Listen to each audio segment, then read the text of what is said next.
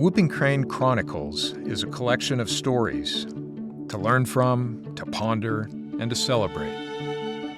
I'm Mike Forsberg, a conservation photographer from the Great Plains. I've spent the last 5 years, camera in hand, exploring the natural history of whooping cranes across the continent, meeting the people who love them, and discovering how these tall, magnificent, and rarest of cranes are navigating our 21st century world. This podcast elevates conservation stories and uplifts these birds to showcase their natural history and beauty in the hope of keeping these birds around for generations to come. Join me on the journey.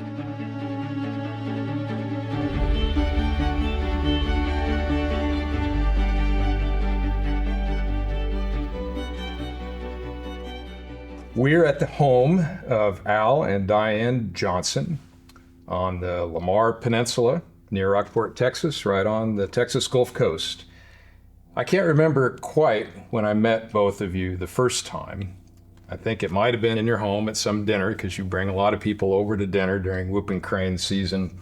But I do know for sure when I got to know you a little bit better was when we had that big cold snap back in 2021 when Texas froze, and we'll talk about that maybe in a little bit. But now it's not cold. It's really beautiful outside, actually. About 70 degrees, and it's towards the end of November before Thanksgiving. And whooping cranes that have been on their migration path since late September, early October are making their way here, right through my backyard in Nebraska, and some of them have already started to drop in. Yes. A few on your place so far. Yes. So, I made this book into Whooperland.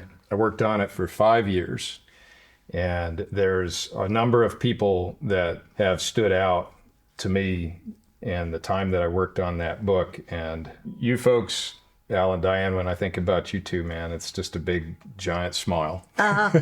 So, that's what these birds do, is they bind good people together. So let's start with some easy stuff. Diane, I'm going to ask you first. Where were you born and raised? Tell us a little bit about the backstory of boring Diane. Yes, boring. I know. I was born in Vernon, Texas, which is up near the Oklahoma border. And my father didn't know what he wanted to be when he grew up. So we moved. I changed schools 23 different times in 12 years. Eventually he figured it out, I think, and when I was in high school. But yeah, I moved around a lot. And I ended up in Rockport, Texas. Met my husband, and we've been married for 44 years, and we've lived here on the ranch for about 10 years, but we've owned it for about 25 years. So. Wow. All right. Al, you're up. I was born here in Rockport. I'm 72 years old. She's about a month older than me, so she is an older woman. My grandfather came here in 1927 and was the first manager of the St. Charles Bay Hunting Club over here on the shoreline. He had a college degree and got hired on. They admonished him the first year for having a one-armed bandit in the club, pulling and making money and not sharing the money with the club, I guess. Right. Also made some moonshine on the club property. So my grandpa was a rounder, so I have an act to follow, I guess you could say. He had a pet bobcat that he kept at the wharf over here where you buy the live bait. And he, another time, had a pet Gila monster in an aquarium. Goodness sakes. So he always had something going. Yeah. Colorful, I would say. Yeah. And you were always outside then, as a kid. Yeah. Over there was a swimming hole along the shoreline, and my grandmother's house was right here where the convenience store is. So we'd often get to stay out here on weekends. Huh.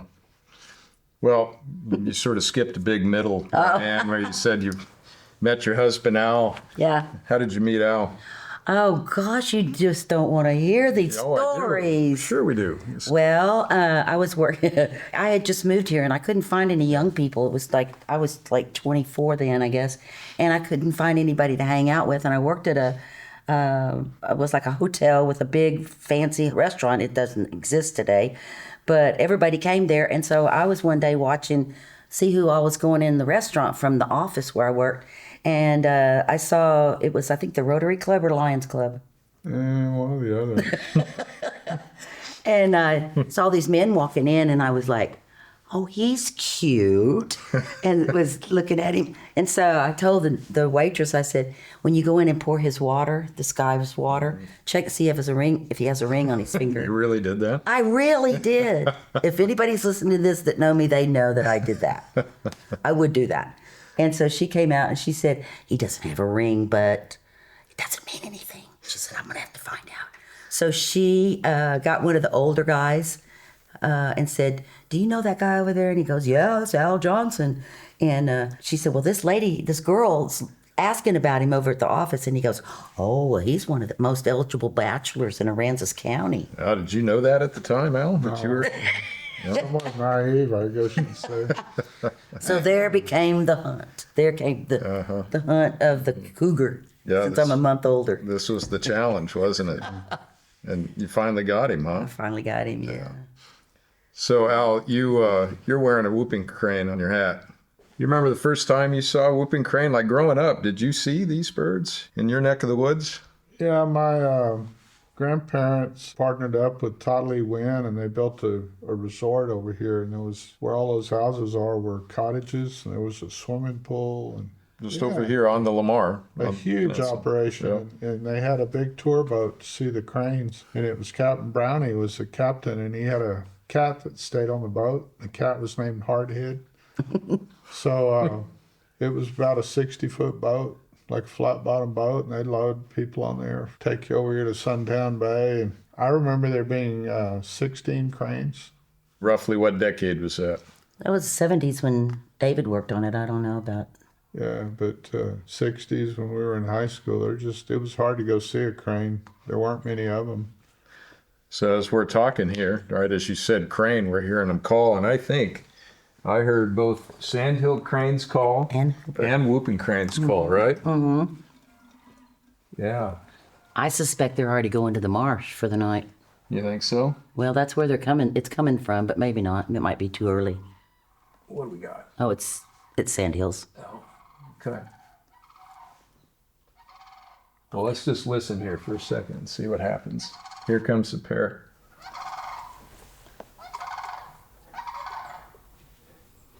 Now, you two have a pair of sandhills that come back here every winter, Well, too, don't you? there's two sandhills. We have a pair that comes, and then there's a pair that has a chick. So we actually have two pairs this year. Oh, so you've seen the pair with the chick already? Yeah. Yeah. Okay. Very cool.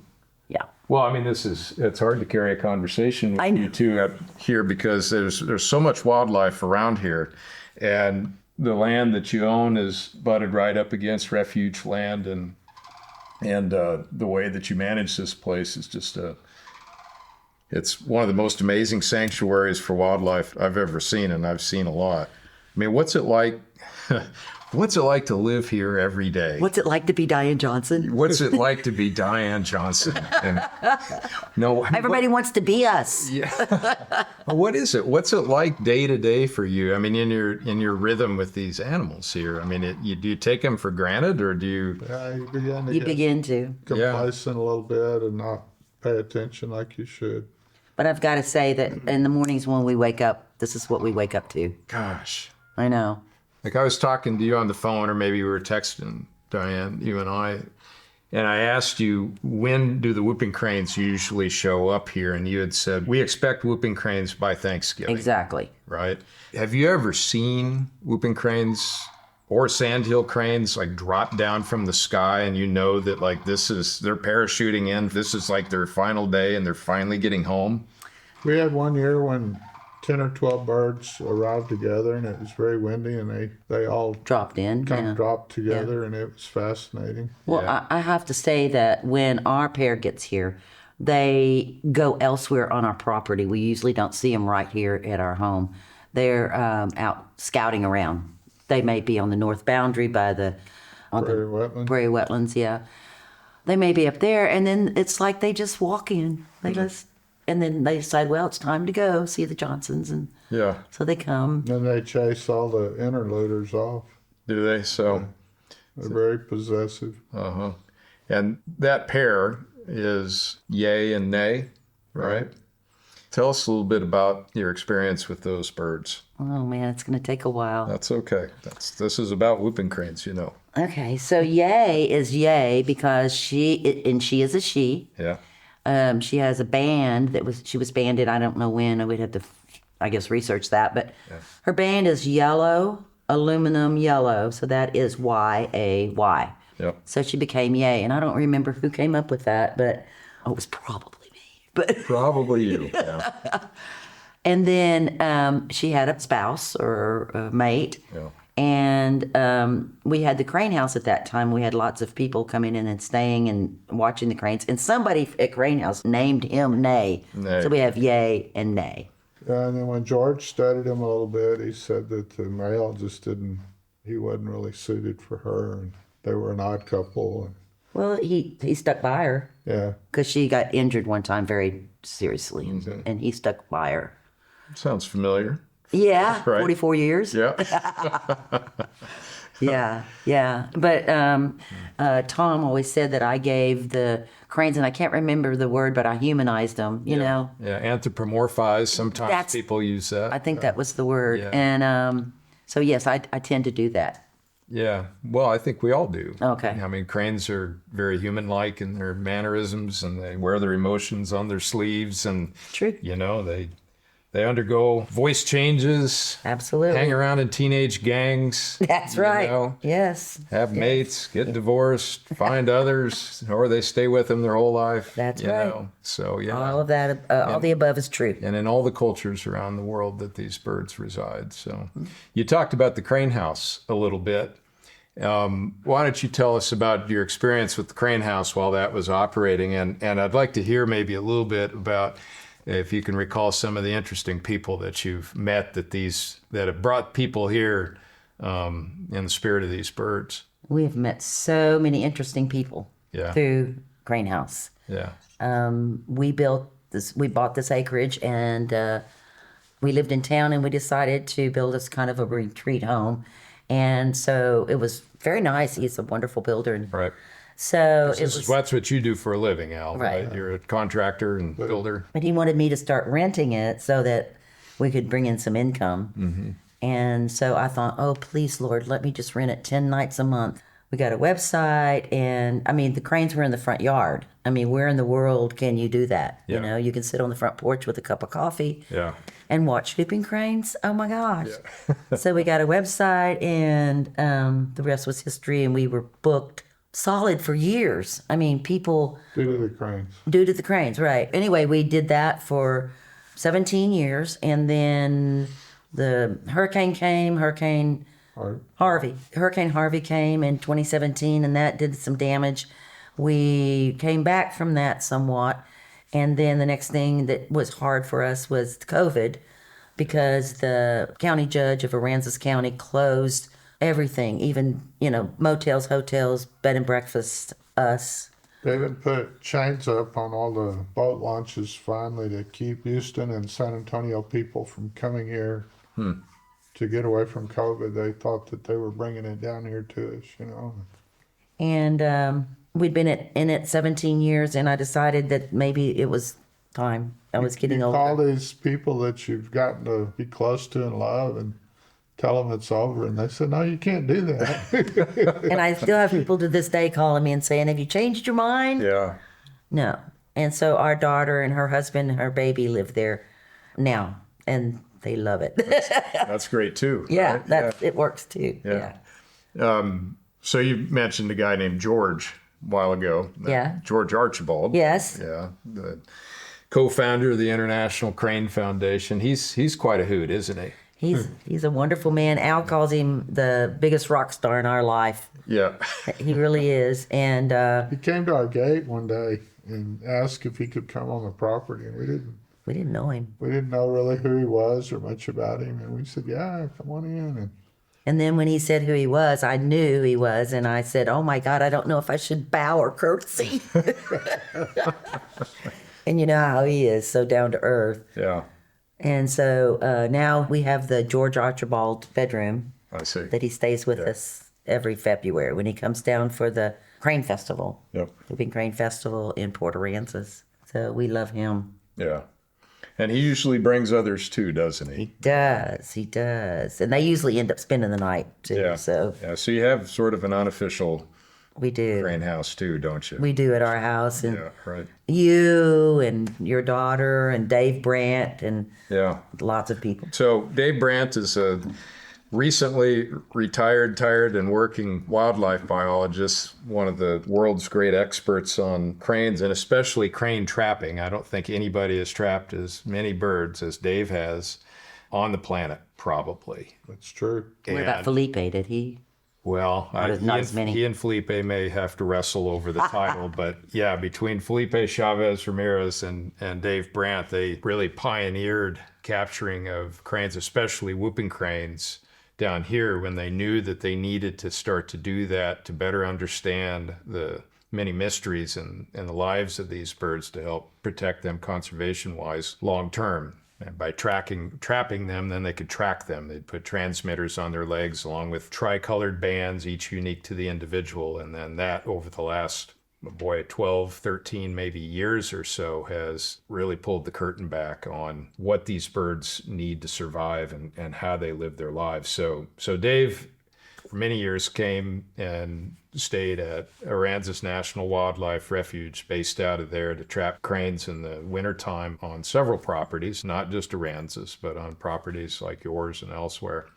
But, Dave's a good friend of mine, but I always like hearing other people characterize Dave in their own stories about him. So When we went to the Platte River, we drove in there in a rent car, and Dave went out of his way to host us. Mm-hmm. He had all these big, thick sirloin steaks. He fed us and had cold beer for us, and it was cold. And we had a wonderful campfire that night. But he was really, really good to us on that occasion. was that your first time up to the Platte? Yeah. Was that your only time up to the Platte? Yeah. They had a brand new blind that Dave kind of thought was too shiny. Yeah. And he told me that night around the campfire, he said, in the morning, you're going to see a lot of cranes, but they're all going to shy away from the blind because the plexiglass is too bright. Uh-huh. And he's probably an expert on camouflage Yeah. and being able to hide the human element from wildlife. And Yeah. you got to listen to a man like that. He's an expert in a lot of areas, I would say.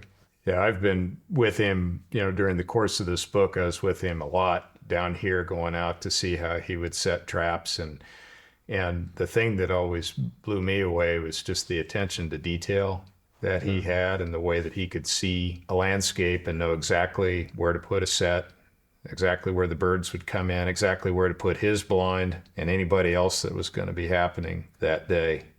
And, and he'd just beat the drum. He'd just keep at it and keep at it and keep at it and keep at it. I remember the first years I was down here, he had come down about this time of year pretty early, because he had a lot of birds to trap that year. And I think for the first month and a half, not until after the turn of the year, did he start to get any birds at all. Had a hard time. Had a hard time. But as passionate as a guy is about his job and his work, he also likes to have fun. He's a great cook, pretty good hunter. So I do think the first time I met you too was actually Dave had, like you guys were having some dinner, you're cooking up some barbecue maybe, and I think Dave you're right. Yes. just hunted a hog on your property perhaps. Yes, that's right. So anyway, yeah, it's been remarkable being with him now. He also helped me photograph birds not very far from your place. Right. So back in 2021, I wanted to try to photograph whooping cranes on a marsh overnight in the moonlight. And we decided that we'd do it over on the Lamar Peninsula side. We identified a particular marsh that we can't see from your house, but if we'd start walking and swimming and walking and swimming, we'd get there. And we had set up a blind about a month and a half in advance, and then just waited for the right time. And in February, he called me and he said, okay, I think it's time. So got in a boat, got to the bank, walked on in, zipped me up into that blind and said, good luck, maybe we'll see you tomorrow. Maybe, maybe not. Maybe, maybe not. So I was in that blind all night through the next morning. Had a pretty big tide that morning, which was a little disconcerting for a flatlander prairie guy like me. But got out of there alive, and I came walking back up the road, back to your house, all dripping wet with all sorts of blind materials with my backpack and everything, but I had some nice pictures. You did. Yeah. Some great pictures. Yeah. I got this book here on the table that you guys nicely laid out right before I got here. Timing is everything. It's everything. I'll see if I can find it here. I used to have it on my phone as a cover shot till I got my new grandson. Oh, the grandson. Oh. The grandson took the place, huh? Yeah, I think I used it without permission. All right. Well, there's that photograph, right? That's it. Show it to the kids here. So this photograph is in the early morning where whooping cranes that had been roosting overnight in this salt marsh are hanging out with a group of American white pelicans that are still asleep on the roost. The two whooping cranes in the middle are just waking up to this beautiful pink sunrise, and their wings are back, and to me, they're welcoming in the day. What do you call that? The moneymaker? That's maybe it is. No, that's It sure is nice. I'm going to put this on your wall in your home one of these days if you have room for it, but you have to show me. I'll build another wall. But what is it, Al, about? I mean, you've seen a lot in your day. You've seen lots of photographs and you've seen lots of scenes and all that, but you're cut from the fabric of this land. This land and this water and these birds and this grass and all of this is in you and through you. yeah. What is it about a picture like this that speaks to you? Pretty much says it all right there. Yeah. These sunrises, I mean, that sunrise, that pink light, I live in the middle of the Great Plains, and we don't have any pesky mountains or trees to get in the way of the sunrises and sunsets, but the quality of light down here with your sunrises, probably being on the coast and being more The water. humid and all that, and the water. It's just Well, what's really interesting lovely. is when the sun goes down on the other side, Yeah, in the west, we get that same look both times. both times. Yeah. But it's very short-lived. It's very short. I mean, that's my favorite time of the day, Yeah. was when it's going down, Yeah. and you've got this maybe a little more purple. Yeah. And then the moonlight. So see if I can find it here. Well, while you're looking for that, I'd like to say how cold and wet that is out there, and how, it's just almost in the middle of nowhere. I mean, I wouldn't have been able to do that. They told me that they very carefully, with algebra, calculated the azimuth of the moon and how it would pass over the blind, and I'm still not sure if they can do that. I think that's a story. But the moon is perfectly in the background in some of the photographs, isn't it? The moonlight, okay, well, here I found this. We'll see what pages is, huh? Okay, well, this. So that anybody I that don't- has I their don't book have- that's reading along. See, my eyesight's gotten so bad up close, I can't even tell you what page number this is. Oh, 59. Okay, so this is a photograph of whooping cranes on a salt marsh roost. So this was shot during that blind episode in the middle of the night, and that is completely lit by moonlight. And the front bird is a bird that I've gotten to know over the years that we have nicknamed Husker Red, because she has white, red, white band on her leg, which is, of course, all of you know in Texas, are the colors of my alma mater, the Nebraska Cornhuskers, that used to beat every Texas team in football way back in the 70s and 80s. That's the one that's been here. That is the bird that's been Yeah, there? you said red, white, red. This is white, red, white, and I think that's what's been here. Was it with anybody? Yeah, Who? no marking. No marking, just another bird, or did it have a chick Didn't with take it? a picture, darn it. Well, Kevin and Lori Sims, who don't live very far from you, they've had this bird in their backyard on and off for several years, and I think Lori was calling it red, so I sort of took that and ran with the Husker part. Okay, she's two-timing them then, because she's been over here. I know, yeah. Well, well, here's what happened. So with Husker Red, This photograph was made, I believe, 21, 22. And Liz Smith, who we talked with earlier, Liz called her one of the gang of 9.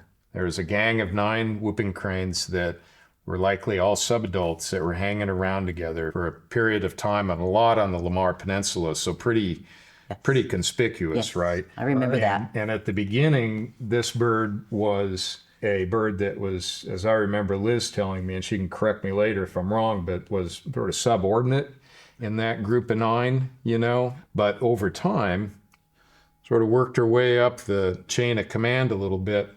And with her active telemetry, Dave Brandt and others that were studying the telemetry never saw her really with a mate, not mated up, just a pair. And it didn't look like up on the nesting grounds that she was actively at a nest. It just, the pattern didn't prove right.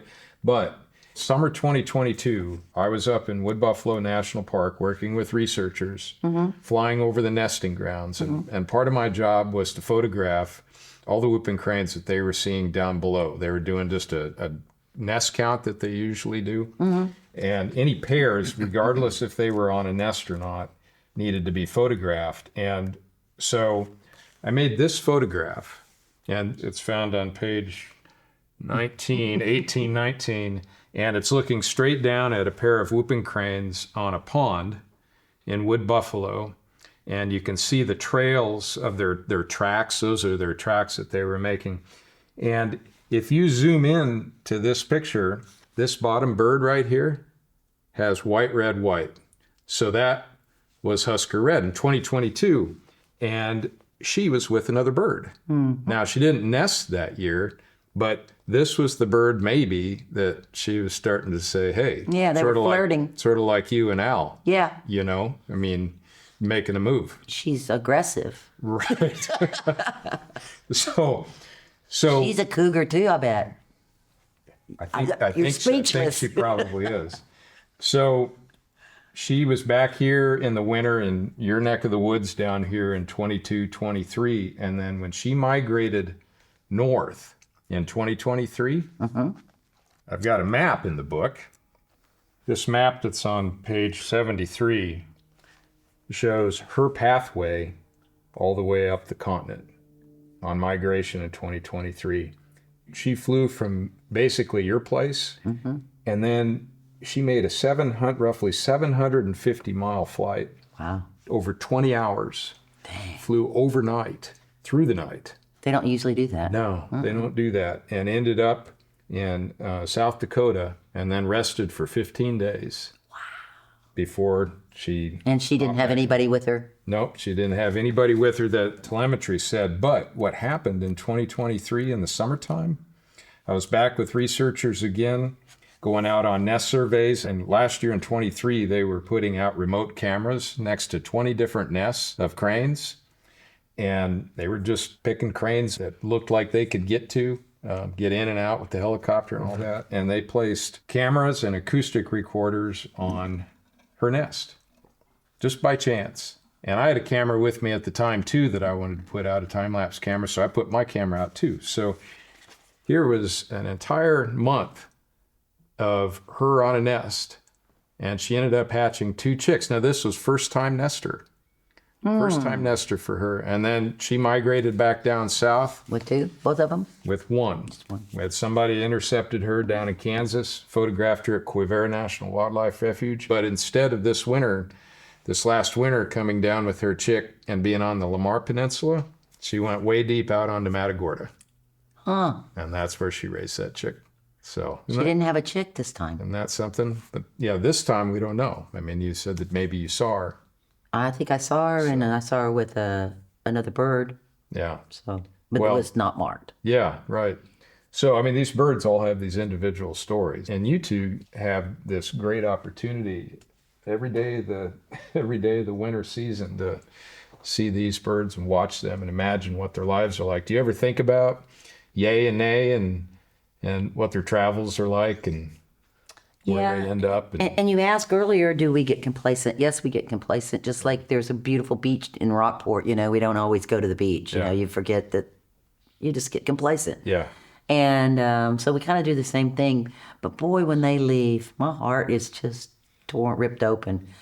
But when they come back, I mean, right now, if they landed, I would be, Yeah. going nuts. Yeah. And so I'm anxious to see her. How do you know it when they leave?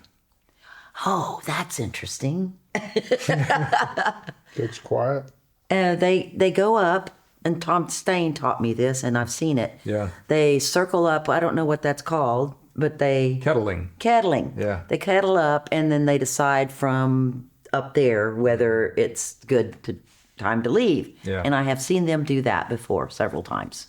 And it's fascinating. You just watch them till they go out of sight? Yeah. Wow. But there's a lot of times that I haven't seen that. Yeah. And one day they're here and one day they're not. And I usually let Liz Smith know, Yeah. what's going on. Yeah. So they can mark it down. I forget from year to year. I just know that they're always here by Yeah. Thanksgiving. And then you haven't asked this question, but things have changed. How have they changed? In the old days, when we had a different pair, this is a relatively new pair, the last 15 years. We had another pair before that. And they always left, I said, before they had to file their income tax on April 15th. That's how I remembered. Right. And they didn't leave until April 6th, April 10th. And now, yay and nay, always leave before the end of March. They've never stayed longer than March 31st. Wow. Okay. And so you just, it's time. And another thing is they're very territorial, and nobody's allowed it here on the property because it's theirs. Until the end of the season, when everybody's about to migrate, they are more open to let others come in. And I don't know if that's because they need to feed up and bulk up before they migrate or what the deal is. Earlier on when we were talking, you mentioned your relationship with the Nature Conservancy. Yes. How does that work with your property here? I think we bought the property and we were in emotional shock and also financial shock. And we were lucky to have Carter Smith to come see us and talk to us and plant the seed about the idea of a conservation easement. And it was good for us, good for the land, good for the cranes. Had you heard about easements before? No, I had to get a conservation lawyer to brighten me up and tell me some things to look out for and interests that maybe I should try to retain. And it was kind of the new kid on the block in our area back then. Yeah, that's worked out well. Yeah. Al, you have, I know, a really deep appreciation for history, and not just your family's history, but the deeper history, archaeological history of the people that were here before we were. What have you discovered on your land over the years? There's an Indian campsite just right out here, 150 foot away. And you can go out there right now and walk around and look down at the sand, and it's a darker color. It's got charcoal in the sand from eons of people make a living on the land, building a campfire, probably cooking oysters. If you get down and sift the sand, you can pretty much totally reconstruct their food chain. There's a lot of little rabbit bones and squirrel bones and some deer bones, but I think they hustled up whatever they could to make a living. And it's obvious that they followed the seasons. So this time of year, there were probably oysters. Game was plentiful. Probably a good place to be. In the summertime, did they move more inland? I mean, were these folks, was this I think culture they went more to the mouth of the rivers, and the mosquitoes were, I know, terrible at times. I don't know how they dealt with that, but the evidence is here. We've done some professional surveys and digs, and I think this whole area out here, due to the pristine wetlands here, was probably occupied, off and on somewhat. We did a recovery dig on a grave site one time and did all the paperwork. And it was a young lady, 16 years old, and had an infant buried beside her. It was tested and probably about 5,000 years old, so Jeez. That's a pretty good read that it's gone on for a while. Do either of you have a favorite place on the ranch? I do, yes. How far would you say it is from here to the church? It's 482 foot. Oh, he doesn't know. Anyway, up north of here. It's a half a mile. And we have over a mile of waterfront here, so Yeah. it's halfway up the road. There's a mesquite grove, and then I think Al did it for me probably. I don't know who else would have done it. Put a church pew down there for me, right on the water. Oh, man. And so that was church, and that's my church. And it almost makes me cry to think about it because, Gives me goosebumps here. yeah, and my parents raised me is that church can be anywhere. Yeah. And your church can be anywhere, and that's my church. And so yeah, that's my favorite place, and my studio here. Talk about your studio a little bit. Oh well, I'm a silversmith, and I love what I do. It's a hobby. I do make money at it, which is nice to buy more silver to make jewelry. My husband built me a 36-foot round silo that is jaw-dropping. Yeah. You walk in and you can't believe how fabulous it is. And somebody told me one day, said, well, Al was stupid to do that. And I said, why? They said, well, do you ever go home? And I said, no. And they said, well, yeah, see what I mean? I don't go home often. I love to be over here. In fact, Mike, can I say that you've stayed here? I have stayed He here. stayed here in the Yeah. studio. Yeah, crack the door open and listen Yeah. to the nature all. Yeah. I was embarrassed that he stayed a couple of days before Diane told him there was a bathroom. Yeah. here. I had no idea there was a bathroom there. Oh, It I was felt well so prepared. bad. I don't know what you were doing, but you. You got to look at how that buck's walking out there. I love it when they get all puffed up. Yeah, so we're looking out the door from Diane's studio right now, and I heard a white-tailed deer, and then there's a family of 3 cranes, and you can tell the young one because the young one's the same size as mom and dad, but it hasn't got the red on its head yet. It's got a little bit Still of brown around the neck. Yeah. And the head. light's getting lovely. 'Tis the time of night when things begin to move and get really golden. I mean, Exactly. It's just crazy. And I'm really disappointed that we haven't had any whooping cranes show up. Oh, well, we have heard them, Yes. so we know they're out there. When they all go to the marsh, which is where they sleep Yeah. for safety, we know the hoopers are out there. And Al and I will just go out on the driveway and just listen to them because they get out there and they just start calling and carrying on. And it's beautiful. Yeah. It's the most beautiful sound. So Yeah. that's a favorite time of day. It's just, for me, it's always the sound that lingers, you know. You close your eyes at night, you can still hear them. Exactly. Al, you got a favorite place on the ranch? I liked it that I got lost in the brush a couple of times after I bought it when it was foggy. Yeah. It's exciting to get disoriented in the woods. It's pretty tight. I think it's 564 acres of uplands, you would say. And it's kind of shaped like a shoebox, so you get back in the brush and you can't see the sun. You better have a pretty good sense of direction.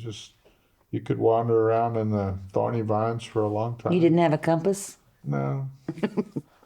There's an old Civil War salt works over here on the shoreline that was producing salt in 1864, I believe.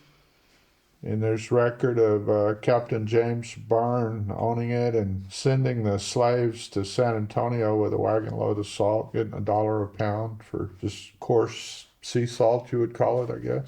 And that ruin is still pretty much viable. They built a clay floor as a drying vat. And then they cooked the concentrated salt water on a fire. They also made sugar cane syrup. And one of the authors worked there as a kid, and he said he got paid one time with syrup instead of money. There's so many layers to this land, isn't there? And I think about, the history going way back, pulling it forward to today. And then you think about tomorrow. So let's spin the clock forward 20 years from now, 50 years from now. What do you want this land to be here? You want me to answer? Go ahead. It'd almost make me tear up to say that because of the conservation easement with Nature Conservancy, we feel like we've preserved it in perpetuity, which is a long dang time. Yes, yeah. And I see it just as it is because it would be a place for the hoopers, and that's why we did it. In the future, and the deer, everything that you see here today. And hopefully it would be just like it is now. And there's not a lot of places that's going to be that way. We've already seen so much building and everything out here. Yeah. Not you, What do you Al. think? I think it's challenging with the changing environment. The guys that work on bulkheads and do dock work for me, they can't get their work done because the tide's been up. We've had 5 to 7 tropical cycles in the last 4 months. Liz was on this study group that got some funding, and the predicted stuff that's happening, it's accelerating, I feel like. So all these beautiful wetlands out here, we're going to have to get high heels for the cranes to be able to use it. That's true, yeah. It's just going to change. And FEMA's idea to come along the beach road and build the road up a foot higher, that's a temporary stopgap. I think the land could still be good, but this may be the wetlands 20 years from now. There's like a golden zone from the water's edge inland that's magic. And it's only so wide. And that's where the cows want to go and eat the grass. And that's where all the nutrients are. And you get back in the brush, it's not so attractive to the animals. So that zone is going to be an evolution, just moving if this keeps on. Maybe it'll be fine. It's happened over and over in the past. And everybody's kind of survived, I guess. But it's alarming to me. I can see it advancing or accelerating maybe. That scares me. Well, we need to know it, we need to talk about it, and we need to do something about it, right? Yeah. Face it. Yep. But the animals will change with that, I feel. I mean, I don't know. I'm going to look at the biologists where they're. If they have room. Yeah. Yeah. And so thank goodness that it will be still preserved, hopefully. We each do our part, and you're doing your part. And we sleep good at night Yeah. because of that. Yeah. I mean, we're proud of that. We're very proud. I mean, should be real proud of that. Yeah. The humanization and taking the wild out of the whooping cranes. I worry about that a lot. The evolution that's occurred here in the last 25 years is remarkable. We've changed the birds because they're able to concentrate and live together in a communal type relationship. And before, our first pair of birds would kill somebody if they came in the neighborhood. They'd fly and chase them and peck them to death, and it was brutal. Yeah. And you don't see that anymore. Yeah.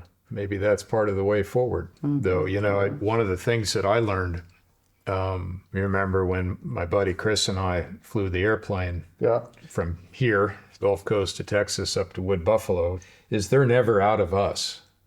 These birds, when they leave here, there may be wildness where they're at, but they are not in wilderness anymore. Amen. Yeah.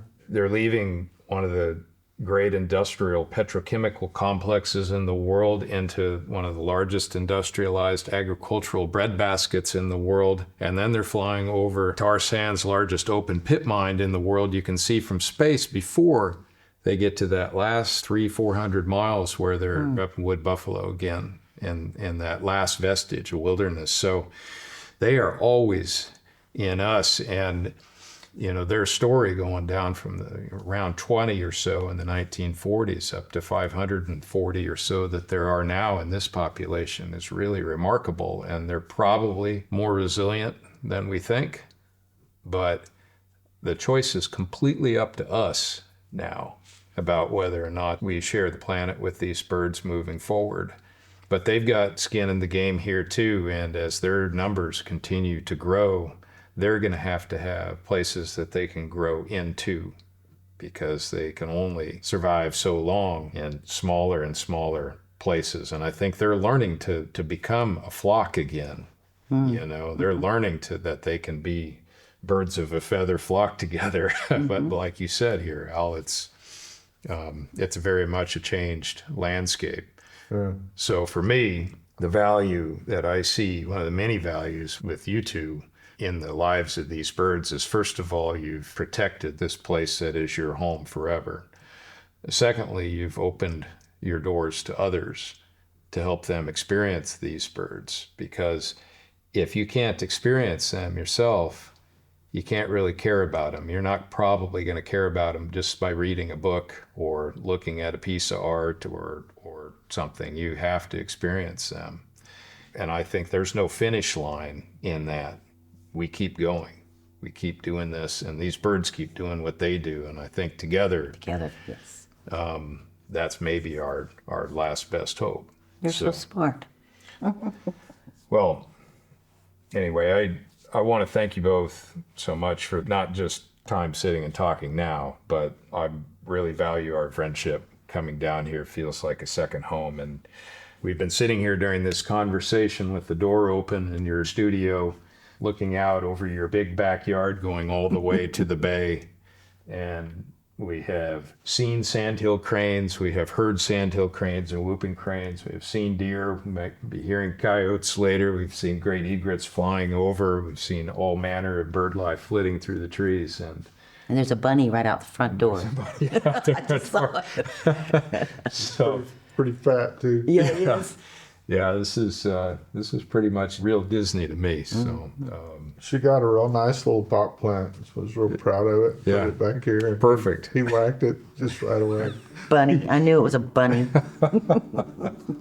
Oh, Y'all are aware that there's a couple of Bigfoot out here? have you seen them lately? All creatures great and small, Amen. right? Yeah. Amen. All right. Well, thank you. Thank you. I'm honored. You're welcome. Yeah. These are the Whooping Crane Chronicles. Thank you for joining.